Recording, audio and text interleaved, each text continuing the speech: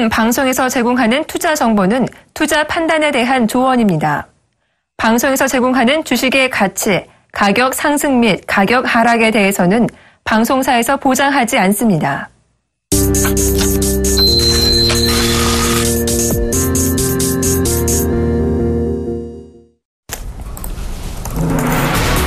네, 2부 시작됐습니다. 출발 즉시 YDS의 에리나입니다. 그리스 구제금리 협상이 이번 주 후반 타결될 거다 기대감이 간밤 글로벌 증시를 또 한 번 끌어올렸는데요. 상승폭이 아주 크진 않았지만 그 전일에 급등한 것을 감안해 볼 때 추가적으로 상승했다는 것은 의미가 있어 보입니다. 나스닥은 아예 신고가를 또 한 번 갈아치우는 그런 모습까지 나타났습니다. 이런 가운데 어제 똑같은 재료를 가지고 코스피도 2080까지 단숨에 회복을 해줬는데요. 문제는 외국인들이 현물을 전혀 사지 않았다라는 점입니다. 장중에도 살 생각이 별로 없어 보이는 외국인. 그렇지만 선물은 6천 계약 이상 가파르게 쓸어 담는 그런 모습인데요. 외국인들은 시장 방향성에는 베팅하고 싶겠지만 지수를 적극적으로 끌어올릴 생각은 없는 것처럼 보입니다. 외국인들이 빠진 시장이라 2080이라도 환호할 수만은 없는데요. 약간의 찜찜한 분위기 언제쯤 말끔하게 해소될 수 있을까요? 대형주들이 어제 그제부터 슬슬 움직이기 시작했습니다. 낙폭과대 대형주보라는 의견도 많은데 어떤 업종을 관심 기울여보면 좋을까요? 코스닥은 어제 시가총액 200조 원을 사상 처음으로 돌파시켰고 또 연중 최고가를 써내려가고 있습니다. 그렇지만 코스닥에도 제약바이오에 쏠린 자금이 과연 다른 섹터로 퍼질 수 있는지 여부가 또한 키가 될 것 같은데요. 계속 이 분위기가 이어진다면 지금이라도 제약바이오는 담아야 되겠지요.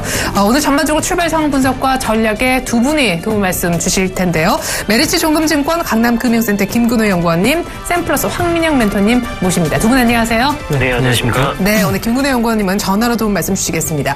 두 분께 개장 전 체크포인트 얘기 먼저 좀 들어보겠습니다. 먼저 김근호 연구원님, 코스피가 드디어 좀 가기 시작했는데요. 네, 어제 기준으로 보면 이제 종가, 시가랑 고가랑 종가를 비교해봤을 때는 코스닥보다는 이제 코스피가 좀 더 강했던 모습이고요. 그래서 이제 그런 움직임들이 좀 나올 것 같아요. 그래서 외국인 수급이 이제 코스피 쪽에서 좀 찍히는 모습을 좀 봤을 때는 과연 이제 코스닥을 좀 비중을 줄이고 대형주 쪽으로 넘어오느냐 이게 제일 관심사인 것 같고 분기점이 이제 어제가 될 것 같습니다. 그래서 오늘부터 좀 잘 봐야 될 것 같고요. 전체적인 흐름은 일단 역시 말씀 주신 대로 많이 올라온 코스닥 대비해서는 코스피 쪽에 이슈들이 좀 더 나오는 것 아닌가 이런 예상들이 좀 되고요. 그래서 우리도 이제 대형주를 좀 보자라는 말씀 드리겠습니다. 네, 잠시 후에 어떤 대형주를 좋게 보고 계시는지 또 끝에 전략 측면에서 확인해 볼 것 같습니다. 황민영 멘토님의 코멘트도 들어보죠. 네, 지금 시장이 이제 불확실성이 흔들리고 있는 것 같습니다. 바로 미국 같은 경우에도 이제 전날 그리스에 대한 어떤 타격 기대감으로 주가가 올라갔다가 그리고 바로 이제 전날 같은 경우에 또 다시 한번 흔들리는 그런 모습도 나타났죠. 그래서 지금 현재 시점에서는 일단 불확실성이 아직까지 해소가 되지 않은 가운데서의 흔들림이 있기 때문에 그 점에 주의할 필요가 있겠습니다.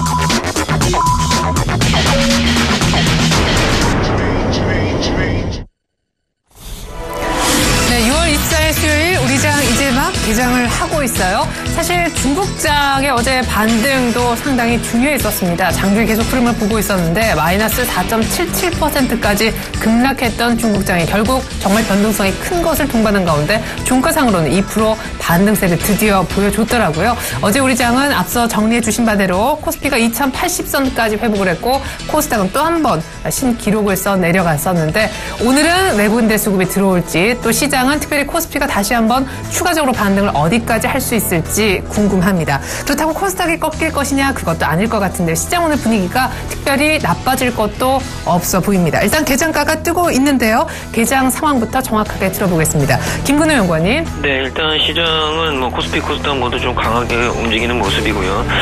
역시나 이제 코스닥이 좀 아침은 시작은 강한데 이제 이런 흐름들은 좀 장후반 좀 시간이 지나봐야 될 것 같다라는 말씀 좀 드리겠습니다. 현재 지수는 2086.68포인트, 전일 대비 한 5포인트 좀 넘게 5.48포인트 올라오고 있고요.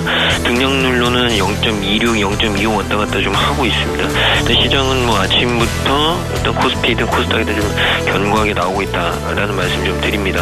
그래서 오늘은 뭐 2080에서 2100포인트 정도 수준에서 마무리가 될 가능성이 있다. 그러니까 과거에는 이제 지지선, 저항선이 오늘 어제 기점으로 바뀐 거죠. 그래서 저항대가 한 2100포인트, 지지선 한 2080포인트 정도로 바뀌었기 때문에 오늘은 뭐 전일에 또 미국 시장의 반등, 그리스 사태 어느 정도 진정화 이런 부분은 반영이 많이 된 것 같습니다. 근데 중요한 게 이제 마지막 남은 게 있죠. 미국의 금리 인상 조치인데 이게 수면 아래로 앉았다가 다시 한번 그리스 사태가 좀 진정되는 틈을 타서 나오고 있거든요. 그러니까 결국에는 이 미국의 금리 인상이 다시 한번 시장에 발목을 잡을 가능성이 있다. 그래서 제한적인 상승이 좀 보이고요. 코스닥 지수 같은 경우에 742.65포인트, 72포인트 왔다 갔다 하고 있습니다. 포인트로는 2.9포인트 전일 대비 올라가고 있고요. 퍼센테이지로는 0.39% 정도 상승하는 모습. 역시나 코스닥도 장중에 좀 움직임은 봐야 된다. 그러니까 오늘도 뭐 신고가가 좀 나왔는데 전체적으로 이제 많이 올라왔기 때문에 대형주 대비 많이 올라왔기 때문에 차익 매물들을 언제든지 좀 내포하고 있는 지수대다라는 얘기 좀 드리겠고 여기서 슈팅이 나오기는 좀 힘들지 않을까. 그러니까 꾸역꾸역 올라갈 수는 있어도 굉장히 많은 슈팅이 나오기는 좀 힘든 자리다라는 말씀 드리겠습니다. 좋게 보셨던 제약주 가운데 테라제니텍스가 오늘 또 급등하고 있습니다. 어제 엄청난 거래를 수반한 다음에 급등, 그리고 오늘 또 갭상승하면서 급등. 잠시 후 돌발 종목 시간에 이 테라제니텍스 김근호 연구원님의 기존 추천주 가운데서도 추천주였었는데 이 종목 분석 들어보도록 하겠습니다. 약속 드리겠고요. 황민영 멘토님이 업종별로 한번 쭉 살펴주시죠. 네, 업종별로 흐름을 좀 짚어드리도록 하겠습니다.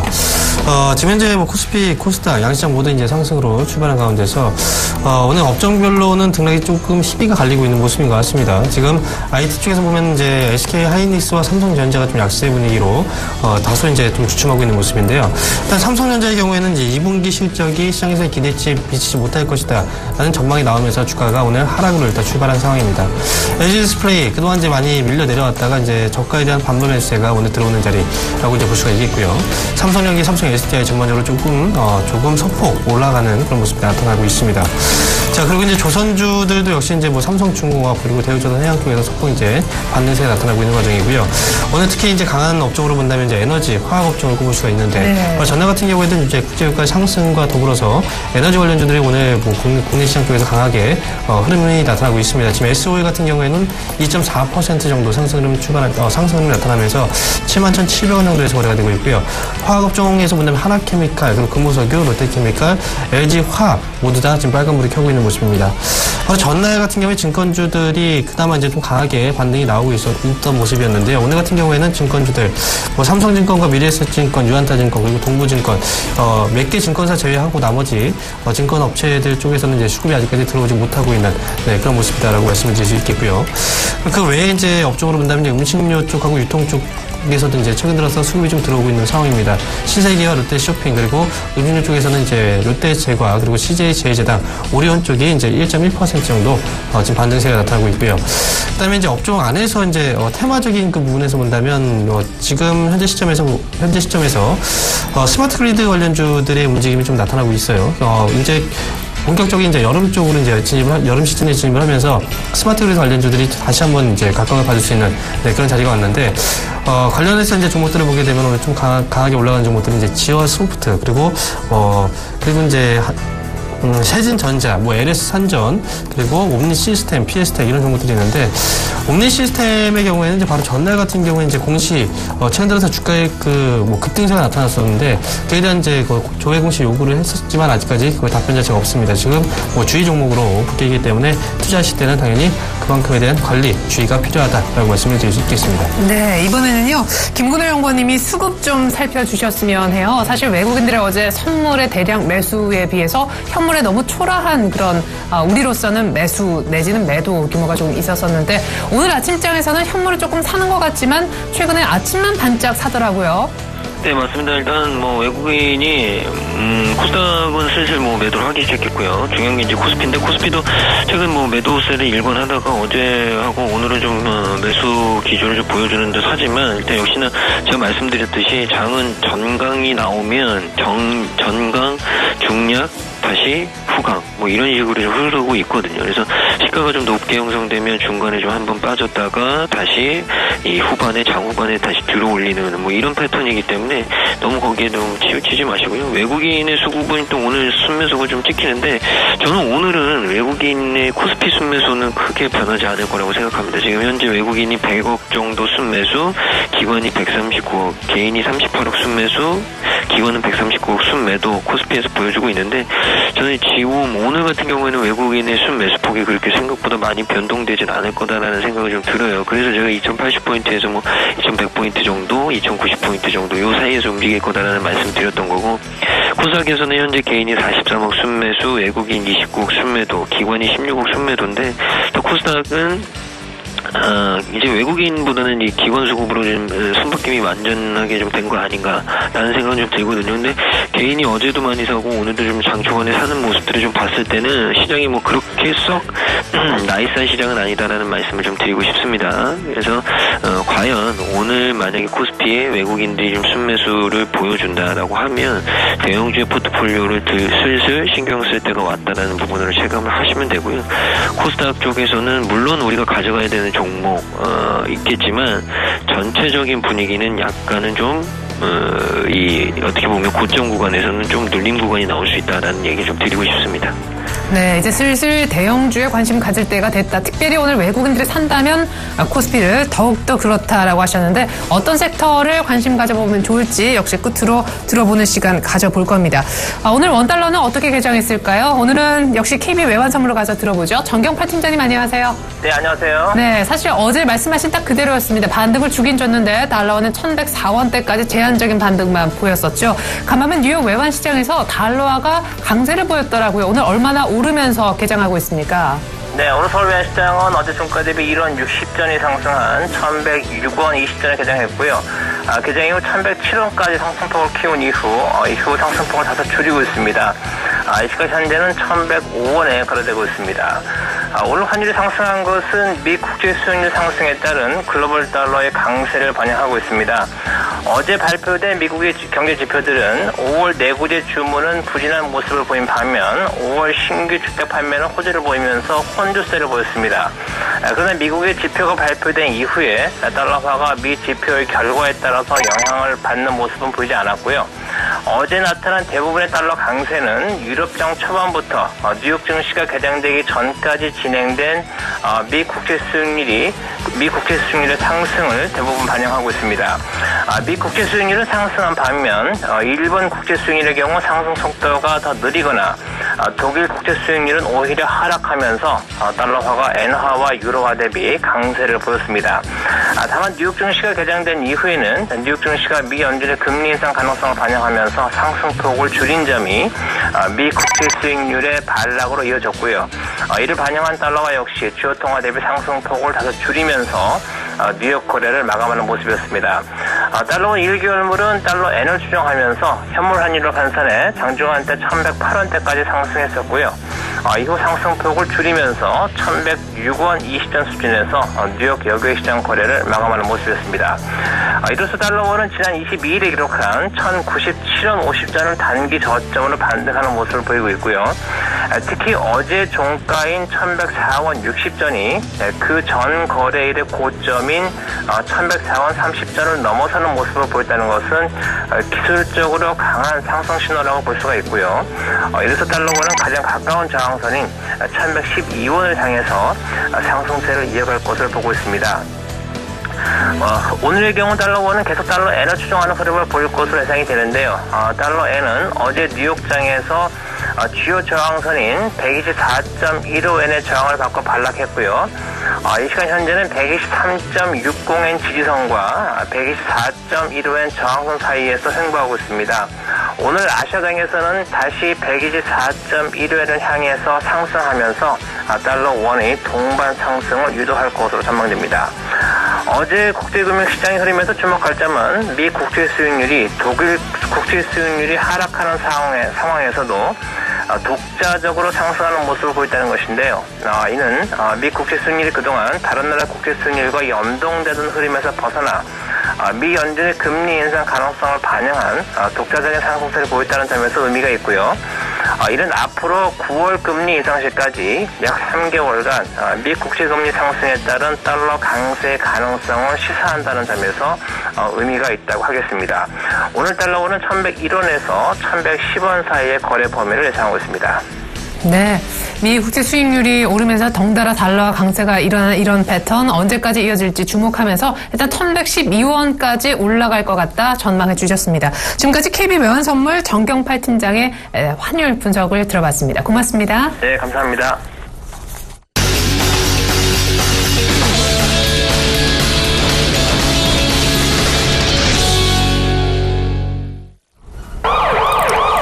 네, 오늘의 돌발 종목 살펴보겠습니다. 일단 약속해드린 대로 테라제니텍스 봐야 되겠죠. 자회사가 기형아 검사 서비스를 출시했다는 소식에 어제 박스권 상단까지 급등했었는데 어제 대량 거래가 터졌고 기관이 상당히 쓸어담는 그런 모습 이후 오늘 아침 갭 상승하면서 7%대 추가 상승하며 거의 10,000원 선까지 근접하고 있습니다.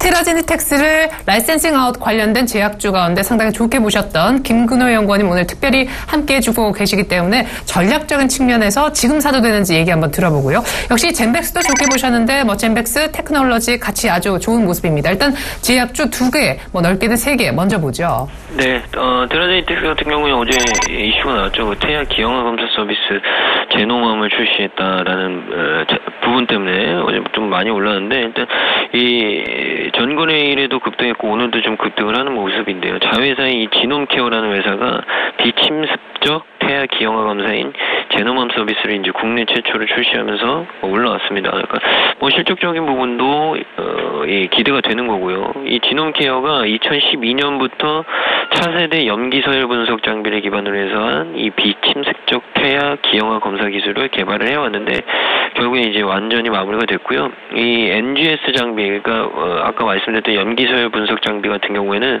글로벌 의료기기 전문 기업인 라이프 테크놀로지스 코리아가 일단 식약처로부터 지난 19일에 허가받은 이 머신입니다. 그래서 이후에 이제 지넴케어 같은 경우에는 10월에 과학기술 논문 색인지수라고 하는 SCI급 학술지에 논문을 발표하면서 입증을 했고요. 기술력은. 일단 제노맘 서비스 같은 경우에 임신부의 혈액을 소량만 채취해서 태아의 염색체 이상에 의한 기형 유무를 판단하는 최신 산전 기형아 검사법입니다. 이 시장이 굉장히 많이 기대가 좀 되고 있거든요. 그래서 일단은 중동 아시아 국가 여러 기업들과 MOU 체결했고요. 2016년에 요 서비스만 가지고도 100억 이상의 매출을 좀 기대하고 있다고 합니다. 그래서 제가 봤을 때는 제가 사실은 원했던 뉴스는 이게 아니었죠. 근데 그 전에 이 뉴스가 나왔고, 일단 차트 흐름을 좀 봤을 때도 어제 거래량 터졌는데 오늘은 거래량 안 터지고 급등시켜 놨거든요. 그리고 위에 매물대도 없습니다. 저는 일단 이거는 무조건 자릿수는 지금 4자리인데 5자리 바뀌는 건 당연한 기정사실이라고 생각하고요. 자릿수도 5개 자리 바뀐 이후에 저는 그때 다시 생각할 겁니다. 그러니까 지금 9,000원대는 당연히 돌파될 거고요. 저는 이 10,000원대부터 다시 한번 테라제니텍스를 봐야 되지 않을까. 그래서 오늘은 일단 급등해서 좀 위험하지 않을까라는 생각을 하시는 분들도 계실 것 같아요. 그래서 오늘은 차라리 종가 부분에 담으시거나 아니면 음봉을 좀 기다렸다가 사시는 게 맞지 않을까. 근데 자릿수는 단순하게 10,000원 초반 저는 이렇게 생각하진 않습니다. 당연히 10,000원 내에서도 굉장히 많이 움직일 수 있지 않을까라는 생각이 좀 들고요. 젠백스라든지 젠백스 테크놀로지 모두 다 좋습니다. 저는 근데 이제 이 3인방 젠백스 테크놀로지 그리고 삼성제약 중에서도 저는 젠백스 테크놀로지를 제일 좋게 봤는데 젠백스 테크놀로지 같은 경우에는 이슈가 좀 나왔죠. 전일에 그 해외 유수 회사와 기술 이전에 대한 진행을 하고 있다라는 얘기는 좀 나왔지만 아직까지 확정된 사항은 없다라는 의견을 밝혔습니다. 근데 중요한 건 확정된 사항이 없는 거지 진행을 안 하는 건 아니거든요. 진행은 충분히 잘 되고 있고 제가 봤을 때 그런 이슈로 젠백스하고 젠백스 테크놀로지도 역시나 훌륭한 종목이 되지 않을까라는 말씀 좀 드리고 싶습니다. 그래서 오늘 젠백스도 그렇고 젠백스 테크놀로지도 그렇고 일단 저는 젠백스 테크를 좋게 봤기 때문에 젠백스 테크 같은 경우에도 지금 15,450원인데 이게 제가 10,000원대부터 계속 말씀드렸거든요. 근데 지금 15,000원 올랐는데 저는 15,000원대도 끝은 아니라고 봅니다. 한 중간 정도 오지 않았나라는 얘기를 좀 드리고 싶습니다. 네, 여전히 젠백스 테크놀로지 좋게 보셨고 테라제니텍스도 오히려 10,000원 이후에 한번 보자. 10,000원이 끝은 아닐 것이다라고 얘기해 주셨습니다. 오늘 특별히 한올바이오파마가 급등하고 있는데요. 이 종목 상당히 오래전부터 추천해 주셨었던 그리고 증시 탑5 시간에 저와 함께도 언급을 여러 차례 해 주셨던 분 특별히 전화 연결해서 오늘 전략 채워드리도록 하겠습니다. 샘플러스 최영동 멘토님 안녕하세요. 예, 안녕하십니까? 네, 바쁘신데 전화 받아주셔서 감사합니다. 아마 이 종목 추천해 주셨던 기억이 생생한데 어제 사실 급등하는 거 보고 저는 멘토님이 생각이 났었거든요. 어제 20%, 오늘 조금 전에 24%, 25%까지 급등했었어요. 일단 윗꼬리가 조금 달려서 아쉽긴 합니다만은 축하드리겠고요. 어디까지 올라갈 수 있는지 지금 사도 되는지요? 자, 일단은 좀, 이 종목이 올라가는 이유를 좀 보셔야 될 것 같은데요. 아무래도 이제 전반적인 시장 상황들이 우호적인 모습으로 좀 보여주고는 있지만, 여전히 성장성에 대해서 상당히 좀 많은 의문들을 좀 가지고 있습니다. 그런 측면에서 보시게 되면, 일단은 바이오 업종에 대한 움직임들은 좀 포커스가 맞춰질 수밖에 없는 시장 환경이라고 보시면 좋을 것 같고요. 그런 측면에서 보시게 되면은 여전히 성장성을 담보로 하고 있는 기업들에 대해서 시장은 움직일 수밖에 없다라는 점, 그 중에서도 일단은 한올바이오 파마에 대해서 제가 좀 언급을 드렸었는데요. 아무래도 일단은 직접적인 상승 요인들을 좀 보시게 되면은 동사가 가지고 있는 신약에 대한 이제 파이프라인 보유 업체로서의 성장성이 좀 부각이 되지 않았나라는 생각이 좀 들고요. 그와 더불어서 이제 7월달 되게 되면은 이제 중국 시장에서의 항생제 좀 출시가 또 예정이 되어 있는 상황들이기 때문에 그러한 부분들이 표면적인 이유라고 보시면 좋을 것 같고요. 그런 부분들 속에서 동사가 또 하나의 상승 요인들을 좀 보시게 되면은 작년도의 실적적인 부분들을 좀 보셔야 될 것 같습니다. 작년도 같은 경우는 1분기 실적이 그렇게 크게 우호적이지 않았음에도 불구하고 주가에 대한 움직임들이 그렇게 크게 선호되지 않았었는데요. 좀 최근 들어서는 1분기 실적도 매출액에 대한 움직임들 상당히 좀 좋았었고요. 그와 더불어서 7월달서부터 판매될 수 있는 중국 시장에 대한 항생제 요인들까지도 덧붙여진다고 하게 되면은 2분기, 3분기 실적에 대한 가능성들 상당히 좀 가시성이 높아진다고 보시면 좋을 것 같습니다. 자, 그와 더불어서 앞서 말씀드렸듯이 동사가 가지고 있는 신약에 대한 파이프라인일 텐데요. 특징적인 사항들이 동사 같은 경우는 151건에, 그러니까 국내 3위 특허 업체라고 보시면 좋을 것 같습니다. 이러한 부분들이 시장의 수급 요인들을 좀 끌어당긴 매력적인 그런 부분들이지 않을까라는 말씀드릴 수가 있을 것 같고요. 일단은 동사 같은 경우는 직전 고점 자체를 다 돌파를 시킨 시점입니다. 그렇다고 되면은 주봉이라든지 월봉상으로 좀 봤을 때 여전히 시장에서 이러한 수급적인 요인들 또는 이제 중국 시장에서의 판매량에 따라서 동사 같은 경우는 추가적인 상승 흐름들 나올 수 있지 않나라는 말씀드릴 수가 있으니까요. 일단은 개인적인 욕심을 좀 말씀을 좀 드린다라고 하게 되면은 단기적인 목표가는 앞 숫자가 좀 바뀌나 한 2만 원대까지는 충분히 좀 올라갈 수 있지 않을까 중장기적인 관점에서 말씀을 좀 드릴 수가 있을 것 같고요.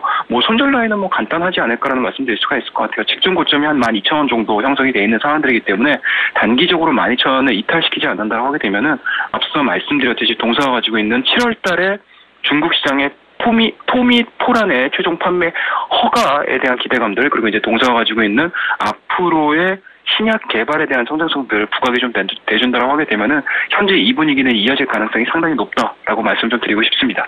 예, 여전히 좋게 보셨어요. 역시 현재가 정도에서도 매수 괜찮을런지요? 저는 개인적으로 지금은 워낙 변동성이 좀 크고요. 그리고 앞서 말씀드렸듯이 전반적인 시장에 대한 움직임들이 기술적인 부분들이 아직까지는 명확하게 해석할 수 있는 부분들이 저는 없다라고 생각을 합니다. 다만 이제 시가 자체가 갭 자체를 띄웠던 부분들이 좀 있기 때문에 13,000원대 초반이 온다라고 하게 되면 한 번쯤은 덤벼볼만, 한 번쯤은 도전해볼 만한 그런 가치가 있는 종목이라고 말씀 좀 드리도록 하겠습니다. 네, 말씀해 주시는 동안에 우리 작가님이 올 한 해 남들이 해먹을 수익률을 한 종목으로 하신다고 굉장히 부럽다는 SNS 저한테 보냈는데요. 축하드리겠습니다. 일단 오늘 감사합니다. 전략도 잘 들었습니다. 예, 감사합니다. 네, 중국 항생제 진출 기대 그리고 증권사의 흑자 전망 얘기까지 나오면서 오늘 급등하는 한올바이오파마 13,650원인데요. 13,000원 초반까지 밀리면 신규 매수도 가능하다 얘기 들어봤습니다. 오늘 제 옆에 황민영 멘토님이 나와 계신데 사실 황민영 멘토님은 한올바이오파마를 품고 있는 그런 대웅제약을 상당히 좋게 보셨는데 오늘 대웅제약도 분위기가 상당히 좋네요. 네, 일단 대웅제약이 이제 지난달에 한올바이오파마의 지분 30.2% 인수를 하기로 했었고 그와 따라서 이제 한올바이오파마에 대해서 말씀 많이 하셨는데 그런 모멘텀들을 한 번에 가져갈 수 있는 게 바로 대웅제약입니다. 네. 지금 대웅제약 쪽에서 본다면 안정적인 그 매출처를 계속 확보해 나가고 있는 가운데서 이제 한올바이오파마 인수에 대한 어떤 시너지 효과를 또 기대해 볼 수 있다는 점 하고 그다음에 이제 나보타 출시 이후에 이제 나보타가 꾸준하게 이제 사랑을 받고 있으면서 시장 점유율을 또 확보해 나가고 있는 그런 과정입니다. 따라서 지금 제약업종 쪽에서 가장 탑픽 종목을 본다면 이제 대형제약을 가장 이제 단연 탑픽 종목으로 해볼 수 있고요. 네. 그때 이제 말씀드렸지만 이제 10만 원 이상 이제 제가 이제 목표가를 설정해 드렸는데 이미 이제 10만 원이 넘어섰어요. 그래서 추천드리고 나서 이제 거의 90% 가까이 지금 거의 올라온. 네, 지난주 목요일에 20% 넘게 급등했어요. 네, 그런 상황이었고요. 현재 시점에서 본다고 하더라도 이제 주가 위치 자체로 봤을 때는 이제 급등이 나왔기 때문에 뭐 추가 상승 자체가 좀 어렵지 않을까라고 생각하시는 분도 있을 텐데 일단 기본적으로 12만 원은 훨씬 넘어갈 수 있는 어떤 이제 모멘텀을 가지고 있는 그런 기업이기 때문에 대형제약도 지금 현재 시점 자리 자체가 이제 높다라고 판단하시기보다는 추가적인 반등 여력이 있다라고 보시는 게 더 좋을 것 같습니다. 네, 신규 매수 적정가는 그럼 한 11만 원대 초반? 네, 일단 지금 신규 접근을 만약에 이제 고려하시는 분들의 경우에는 네. 일단 11만 원 위쪽에서 이제 접근을 하시는 게 좀 좋을 것 같다는 생각이 듭니다. 그래서 11만 원, 지금 말씀하신 것처럼 초반 정도, 한번 눌림목 정도가 나오게 된다면 대형제가 한번 싸게 살 수 있는 기회가 제공이 될 수 있다는 관점에서 접근하시는 게 좋을 것 같고요. 기존에 이제 보유하고 계신 분들의 경우에는 이제 뭐 추천드리고 나서 이제 만약에 이 종목 매수하셨다면 이제 90% 정도 수익을 갖고 가실 텐데 네. 최소한 이제 뭐 120% 이상까지 볼 수 있는 그런 종목이기 때문에 끌고 가시면서 계속 수익을 키워나가시는 전략으로 가져가실 필요가 있겠습니다. 네. 스튜디오에 지금 에어컨이 켜져 있기도 한데 그것 때문뿐만은 아닐 것 같아요. 일단 소름이 돋았습니다. 왜냐하면 대형제가 처음 추천하실 때부터 제가 옆에 계속 있었었거든요. 근데 지금 이미 수익이 거의 100% 가까이 났는데 120% 수익을 향해서 달려간다 이렇게 얘기해 주셨습니다. 오늘 본의 아니게 제약주 한번 쭉 살펴보고 있는데 분위기 조금 바꿔보겠습니다. SBS가 어제 급락을 했었어요. 이 부분 출발 증시와이드 일부에서 우리 대표님께서 한번 짚어주셨던 부분이기도 한데 중국에서 예능 프로그램 규제를 할 수 있다. 일단 현재는 지금 루머이긴 합니다만 어제 급락을 했습니다. 오늘도 일단 뭐 큰 반등은 없는데요. 네, 어제 이제 좀 악재 아닌 악재가 나왔죠. 아직 확실하게 이제 정해진 바가 없는 상황인데, 지금 중국 방송사의 한국 예능 뭐 수입을 이제 제한하는 그런 이제 뭐 규제를 만들어서 지금 현재 런닝맨 시즌 3가 제작 일정이 지연되고 있다는 소식이 나왔었어요. 그래서 전날 같은 경우에는 장중에 거의 이제 12% 이상 급락세가 나왔었고, 오늘 같은 경우에도 이제 추가적인 뭐 하락 분위기가 지금 나타나고 있는 과정인데요. 일단 말씀 이제 처음에 하신 것처럼 지금 완벽하게 어떤 내용들이 구체화된 내용 자체가 없기 때문에 일단 루머성 재료에 의해서 이제 주가가 또 지금 하락했다라고 이제 보여지고요.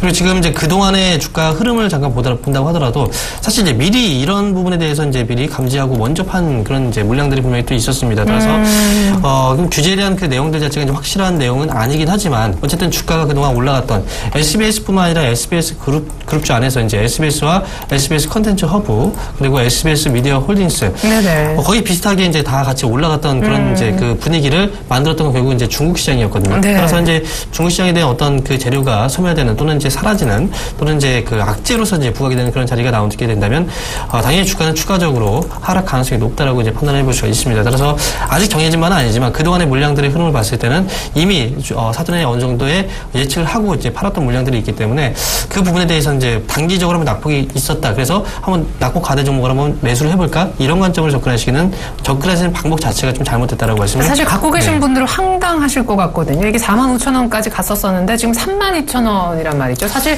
중국 때문에 SBS와 관련주가 갔다고 해도 과언이 아닌데 그죠? 콘텐츠 관련주로서. 네, 근데 제가 생각할 때는요. 일단 SBS 그 이외에 이제 SBS 미디어 홀딩스라든지 또는 SBS 콘텐츠 허브를 이제 매수하신 분들의 경우에는 그나마 좀 다행이라고 생각하지만 그렇죠. SBS를 매수하신 분들의 경우에는 분명히 당혹스럽긴 할 겁니다. 하지만 SBS 이제 그 기업의 실적을 확인을 한번 해보셨다면 재무적인 부분에서는 분명히 손이 좀 가지 않는 그런 기업 중에 하나거든요. 그럼에도 불구하고 이제 어떤 재료 때문에 이제 매수를 하셨다.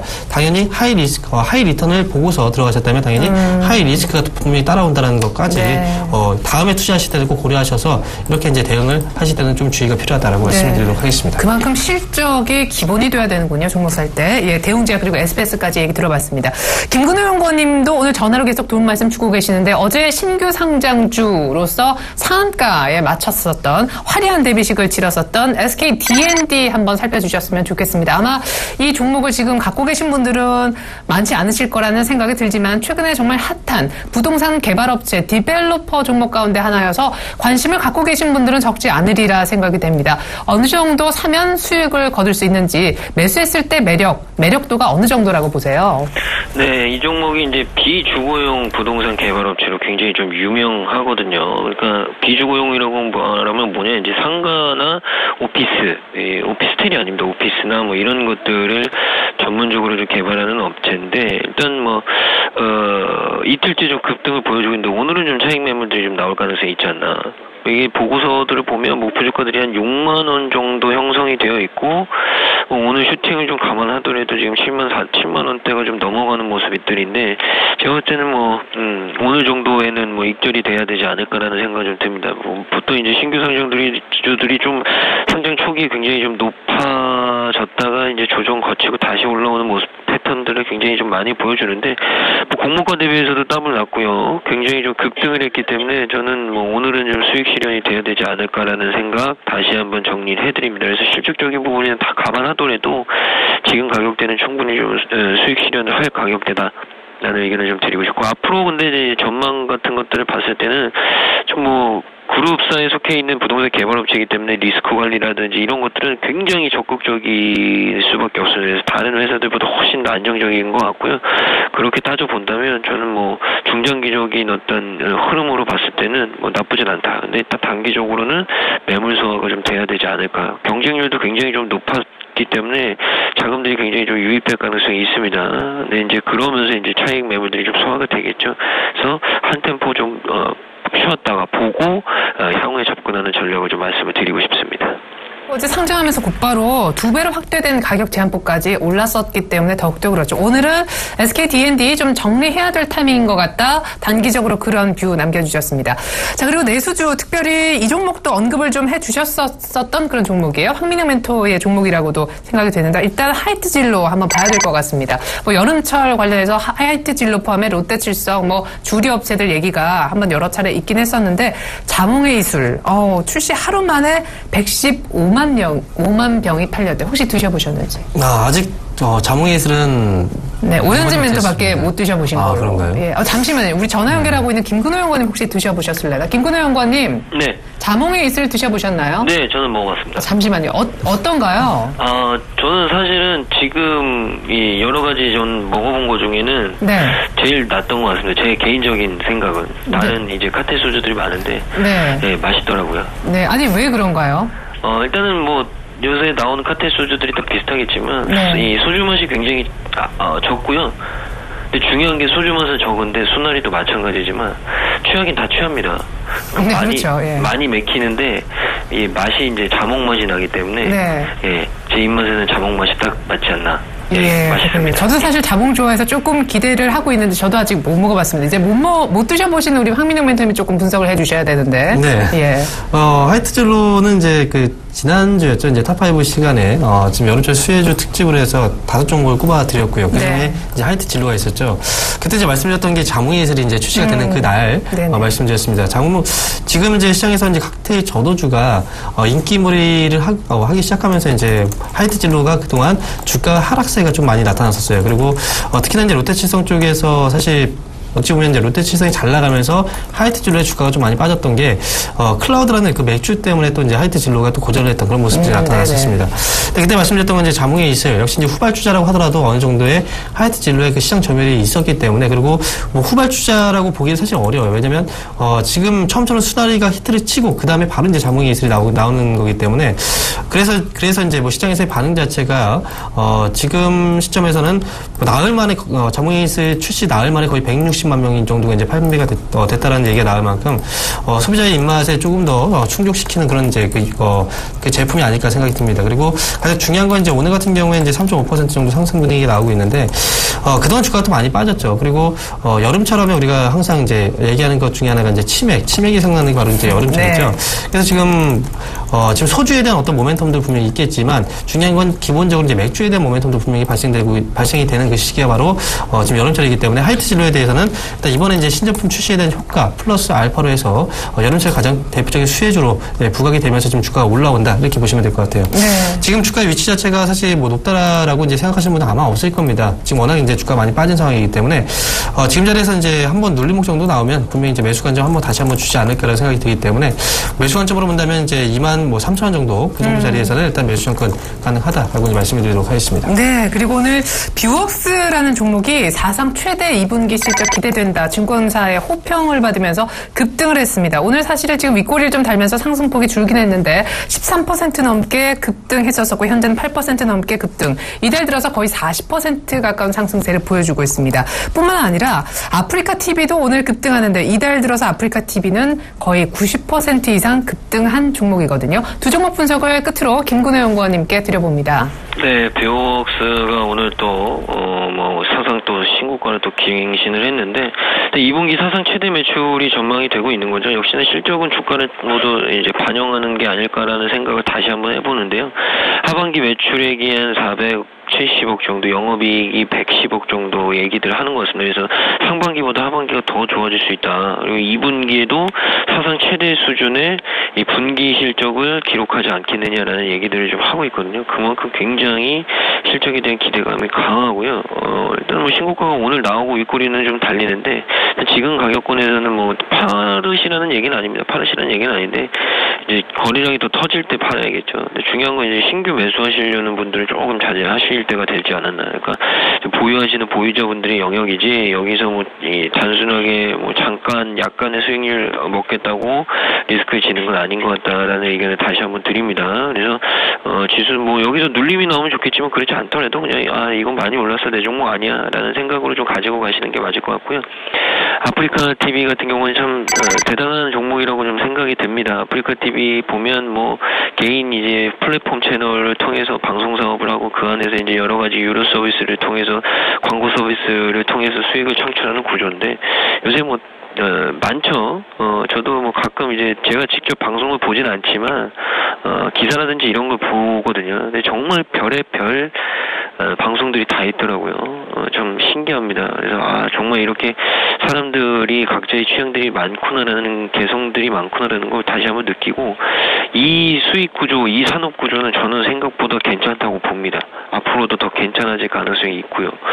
그러니까 물론 이제 공공의 퍼블릭을 위한 방송사도 존재를 하겠지만 아프리카 TV의 어떤 개인 플랫폼 채널 또는 온라인 플랫폼 채널들을 보면 저도 이 사업군이 처음에는 굉장히 의심했지만 지금 생각해보면 중장기적으로도 굉장히 여러 가지로 좀 써먹을 게 많지 않을까라는 말씀을 드리고 싶습니다. 그래서 일단 성장성 프리미엄도 충분히 줄 수 있을 것 같고요. 최근에 뭐 인터넷 개인 방송 인기가 힘입어서 뭐 실적 성장이라든지 이런 부분 뭐 굉장히 좋을 것 같습니다. 그래서 오늘도 뭐 주황 중에 올라가는데 일단 41,450원의 신고가는 나왔죠. 그래서 지금은 공략을 하시려는 분들은 제가 봤을 때는 36,000원에서 34,000원 구간에서 하는 게 맞을 것 같고요. 그렇지 않으면 공략을 하기 힘들다라는 말씀을 좀 드리겠습니다. 네, 성장성은 확실히 있는데 좀 많이 올라서 눌림이 확실하게 나와서 확 빠졌을 때나 들어갈 수 있다. 좀 아쉽게 됐네요. 어쨌거나 오늘은 많이 오릅니다. 아프리카 TV까지 얘기 한번 들어봤습니다. 김근호 연구원님이 오늘 사실 대형주 가운데서는 화학주밖에 볼 게 없다라고 계속 강조해 주셨었는데 이제 슬슬 거래소 쪽으로 좀 눈을 돌릴 때가 온 것 같다. 여러 차례 얘기해 주셨거든요. 화학 외에 어떤 섹터를 눈여겨보면 좋을까요? 네, 오늘 좀 보면 뭐 역시나 오늘도 코스피에서도 의약품 또는 의료정밀 섹터, 헬스케어 섹터들이 좀 올라가는데 일단 뭐 코스닥이라든지 대형주 쪽의 제약바이오는 뭐 여전히 좀 긍정적으로 보고 있고요. 그거 빼면은 화학이 좀 많이 올라왔음에도 불구하고 잘 꺾이지 않는 것 같습니다. 그래서 대형주 쪽에서는 화학 여전히 긍정적으로 보고 최근에 좀 올라오는 게 통신하고 식품 음식료 쪽이거든요. 의료 쪽도 그렇고요. 그러니까 내수 관련된 종목들이 슬슬 올라오고 있는 것 같아요. 그래서 메르스세가 좀 진정되면서 내수 관련된 종목들이 좀 반등이 나오고 있다. 이런 부분들 좀 봤을 때는 화학 대비해서 내수 관련된 종목들 통신이라든지 음식료, 의류, 섬유 의료 이쪽이 좀 단기적으로는 반등이 나올 수 있을 것으로 보이고요. 그러니까 물론 하반기 쪽으로 봤을 때는 조금 다른 얘기들을 제가 해드리겠지만 지금 좀 이 가까운 시기를 봤을 때는 화학 아니면 내수 관련된 업종, 통신, 식음료, 의료, 섬유 이런 것들 보시고 그리고 중소형주 쪽은 여전히 뭐 제약바이오는 당연히 갈 것 같고요. 네, 뭐 당연할 것 같습니다. 당연할 것 같고 제약바이오는 뭐 당분간은 꺾이기 힘들 것 같다. 그래서 대형주 하시려는 분들은 제가 말씀드린 섹터, 중소형주는 뭐 제가 언급드린 종목도 뭐 솔직히 테라젠만 가지고도 올 한해는 뭐 웬만큼 벌어먹을 수 있지 않을까라는 얘기 드리겠습니다. 네, 테라제니텍스는 어제 급등 10% 이후에 오늘 윗꼬리 없이 14% 추가 급등하고 있네요. 테라제니텍스만으로도 올 한해 충분한 수익을 낼 거다 하셨지만 혹시 대형주로 고민하신 분들은 화학주 외에 내수주, 통신, 음식료, 의류 정도가 단기적으로 괜찮아 보인다 의견 오늘 추가적으로 남겨주셨습니다. 황민영 멘토님은요? 네, 일단 지금 뭐 시장 안에서 이제 뭐 업종들 안에서 본다면 사실 제가 관심을 갖고 있는 게 이제 보험사 쪽을 관심을 갖고 있습니다. 네. 전반적으로 이제 지금 미국이 결국은 금리 인상 쪽으로 방향성을 잡게 되면 이제 보험사 쪽에서 주가의 흐름도 역시 좋아질 수 있다는 관점에서 이제 보고 있는데 사실은 LIG 손해보험 25,000원대 정도였었는데 지금 거의 3만 원까지 많이 올라왔네요. 네, 지금 이제 LIG 손해보험 같은 경우는 제가 이제 그 전에 이제 많이 이제 추천을 해드렸던 종목들 중에 하나였는데 역시 관점은 마찬가지였죠. 겨울철에 이제 사고율 손해율 자체가 이제 많이 올라간 상황이었고 겨울철 이제 손해율이 감소하는 그 시기가 지금 진입을 하고 있는 단계이기 때문에 그런 부분에 대해서 재무적인 부분에서 이제 어떤 이제 기대감 그리고 앞으로 이제 금리가 인상되게 된다고 한다면 당연히 보험업종 중에서 주가가 움직임이 나타나게 될 텐데 그 중에서 이제 여러 가지 다양한 부분들을 고려해봤을 때 뭐 KB금융에 대한 인수 부분이라든지 그런 것까지 고려해봤을 때는 LIG 손해보험을 가장 탑픽 종목으로 꼽아드렸던 거고요. 지금 제가 이제 관심을 갖고 있는 건 여전히 이제 주가가 많이 올라갔다라고 이제 볼 수도 있겠지만 추가적인 반등 여력이 있다라는 관점에서는 꾸준하게 지금 시점에서는 금리 인상 쪽에 그리고 금리 인상 관련해서 보험주 쪽에도 우리가 관심이 필요하다 이렇게 말씀을 드릴 수 있겠습니다. 네, 역시 그럼 탑픽으로는 LIG 손해보험. 네, 탑픽 종목은 LIG 손해보험 동일합니다. 네, 그래요. 보험주 좋게 본다. LIG 손해보험이 탑픽이다. 얘기까지 들어봤습니다. 지금까지 샘플러스 황민영 멘토님 스튜디오에서 직접 도움 말씀 주셨고요. 메리츠 종금증권 강남금융센터 김근호 연구원님 전화로 도움 말씀 주셨습니다. 두 분 모두 수고 많으셨습니다. 감사합니다. 네, 감사합니다.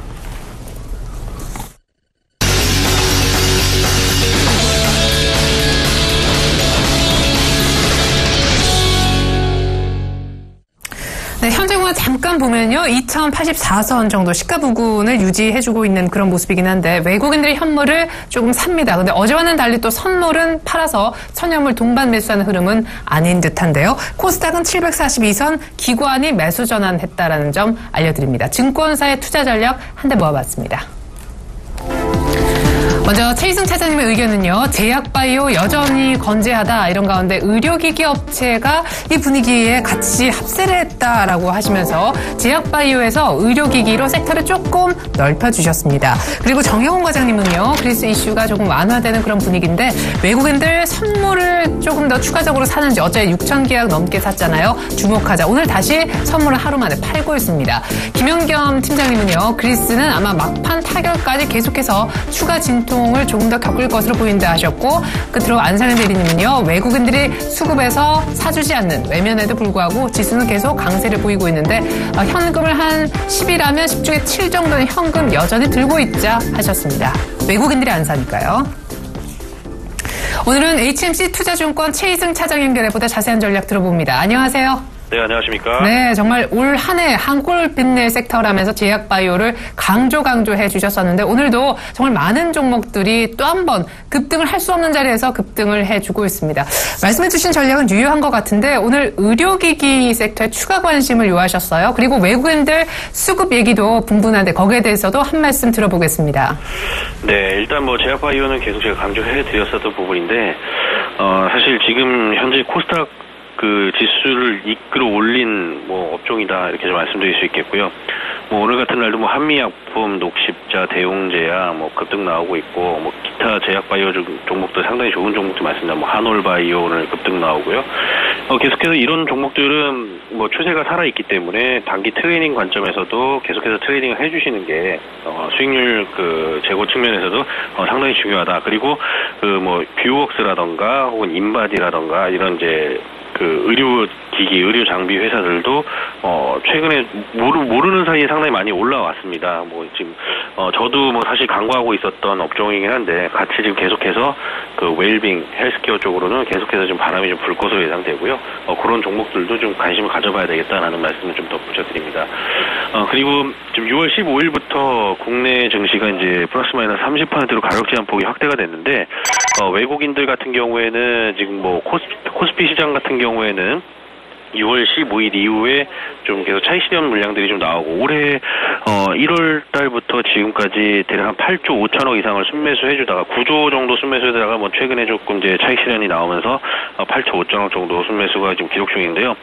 오늘도 보면은 뭐 외국인들 245 코스피에서만 좀 매수를 해주고 있는 상황인데 매수세가 상대적으로 좀 가격 제폭 직전에는 상당히 좀 뭐 1,000억, 2,000억 단위로 들어오던 것이 상당히 좀 지금 소강 상태를 보이고 있다. 그래서 외국인들은 현재 국내 시장에 대해서 눈치를 좀 보고 있다 이렇게 좀 볼 수 있겠고요. 본격적으로 외국인 매수가 들어오는 시점에서 뭐 코스피 종목들은 좀 관심을 가져봐야 될 것 같고 일단은 그 전에 계속해서 그 코스닥 개별주 장세, 트레이딩 관점의 개별주 장세 흐름을 계속해서 좀 따라가야 되겠다 이렇게 좀 말씀드리고요.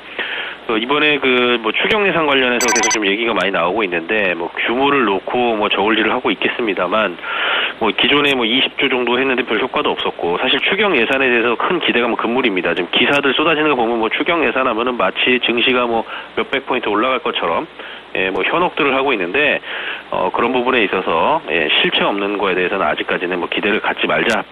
뭐 추경 예산 뭐 50조 정도 나오면 모르겠습니다만은 뭐 10조, 20조 정도 갖고는 뭐 시장에서 큰 영향 없을 거다 이렇게 저는 그렇게 보고 있고요. 뭐 수출주에 관심 가져보자라고 뭐 뉴스에서도 나오고 있습니다만은 뭐 추경 예산 한다고 해서 수출이 잘 되면은 뭐 다 추경 예산 하겠죠. 그래서 그런 부분들은 큰 기대감을 갖지는 마시다라고 좀 말씀드리고 그리고 마지막으로 좀 말씀드릴 부분은 최근에 그 외국인이 시장에서는 좀 관망을 하는 그런 모습입니다만 그 와중에서도 계속해서 매수를 해주고 있는 종목들이 있습니다. 뭐 전일 같은 경우에는 시젠이라던가 뭐 이지바이오는 뭐 외국인 기관 양매수가 계속 들어오고 있는 상황이고 뭐 인트론바이오라던가 이런 종목들 외국인들이 좀 매수해주는 종목 뭐 아프리카 TV 신고가 내고 있죠. 이런 종목들은 선별적으로 그래도 외국인들이 이런 종목들은 매수를 해주고 있다라는 거 좀 포커스 맞추시고 그런 쪽에서는 지속적인 관심이 좀 필요해 보입니다. 네, 그래요. 인트론바이오는 지난번에도 한번 강조해 주셨었는데 약간 매물 소화 과정이 있지만 여전히 괜찮은 그런 모습입니다. 오늘 그 밖에 이지바이오, 시젠 외국인 중심으로 봤을 때는 수급이 괜찮다. 오늘 특별히 의료기기에 추가적인 관심 요하셨는데 뷰웍스와 인바디도 같이 한번 관심권에 두고 매매해 보시면 좋을 것 같습니다. 외국인이 현물에서 본격 사지 않은 한 코스닥 쪽에서 중소형주, 개별주 트레이딩을 계속하는 것이 더 맞다 하셨습니다. HMC 투자증권 서초지점 최희승 차장의 전략이었습니다. 감사합니다. 네, 감사합니다.